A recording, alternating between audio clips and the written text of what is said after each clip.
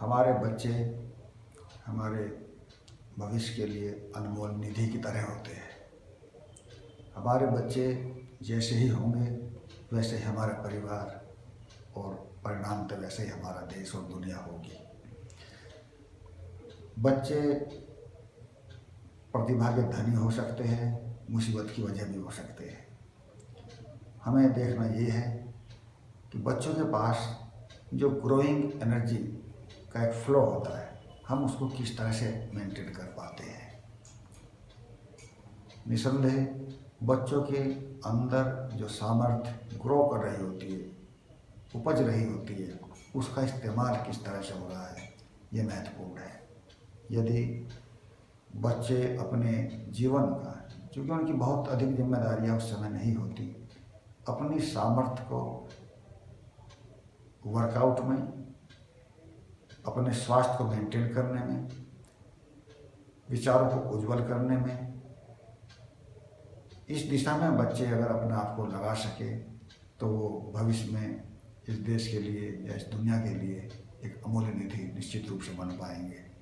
अंतर इस बात का है कि बच्चों में जो ग्रोइंग एनर्जी है या बच्चों के अंदर जो असीम स्रोत है एनर्जी का, उसका हम किस तरह से इस्तेमाल कर रहे हैं। यदि बच्चे अपने जीवन में रेगुलरली सफिशिएंट वर्कआउट करें, सफिशिएंट एक्सरसाइज करें, तो निश्चित रूप से वो अपने सेहत का तो विकास करेंगे ही, अपने परिवार, अपने देश और इस दुनिया के लिए भी बेहतर सिद्ध होंगे। लेकिन यदि वही बच्चे शारीरिक स्वास्थ्य के बजाय दूसरी तरफ आज जो टेक्निकल डिवाइसेज हैं जिसमें टीवी, मोबाइल फ़ोन सम्मिलित है, यदि शारीरिक स्वास्थ्य पर ध्यान देने के बजाय बच्चे इधर डाइवर्ट हो जाए, और ये समस्या कई जगह दिखाई दे भी रही है, इधर डाइवर्ट हो रहे हैं तो बच्चे परेशानी का सबब भी बन रहे हैं। ये सभी माता पिता या गार्जियंस की भी जिम्मेदारी बनती है कि इस बात को ठीक से मॉनिटर करें कि बच्चे क्या पर्याप्त रूप से अपने स्वास्थ्य पर ध्यान दे पा रहे हैं या फिर वो अपने ग्रोइंग एनर्जी को का इस्तेमाल किसी और जगह कर रहे हैं। वास्तव में बच्चों की एनर्जी को किस दिशा में मोड़ना है, ये उत्तरदायित्व गार्जियन और पेरेंट्स का होता है।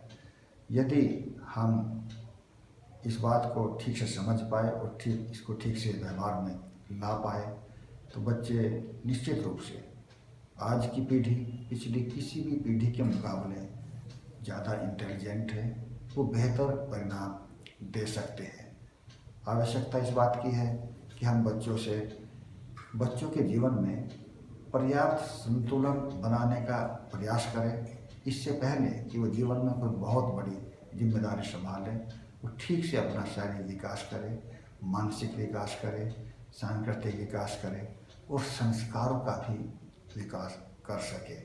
यदि इन 4-5 तथ्यों को, 4-5 पक्षों को कोई व्यक्ति जिम्मेदार संभालने से पूर्व ठीक से विकसित कर पाए तो इसमें कोई संदेह नहीं है कि वो जीवन की किसी भी बड़ी से बड़ी जिम्मेदारी को कुशलता के साथ भली भांति संभाल पाएगा।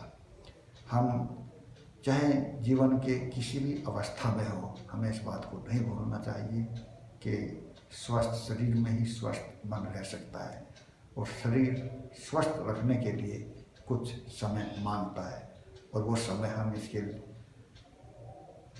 शारीरिक अभ्यास, प्राणायाम, मेडिटेशन, इनमें खर्च करें, कुछ लगाए, क्योंकि अंततः हेल्थ इज वेल्थ, स्वास्थ्य ही सबसे बड़ा और सर्वोपरि धन और संपदा है। हम इस तथ्य को हमेशा अपने दिल दिमाग में रखें कि हमें अपने शरीर और मन को स्वस्थ रखना है। यदि हम ये संकल्प लें कि हमें अपने शरीर और मन को स्वस्थ रखना है, फिर बाकी स्वास्थ्य स्वतः ही पनपते चले जाते हैं। धन्यवाद।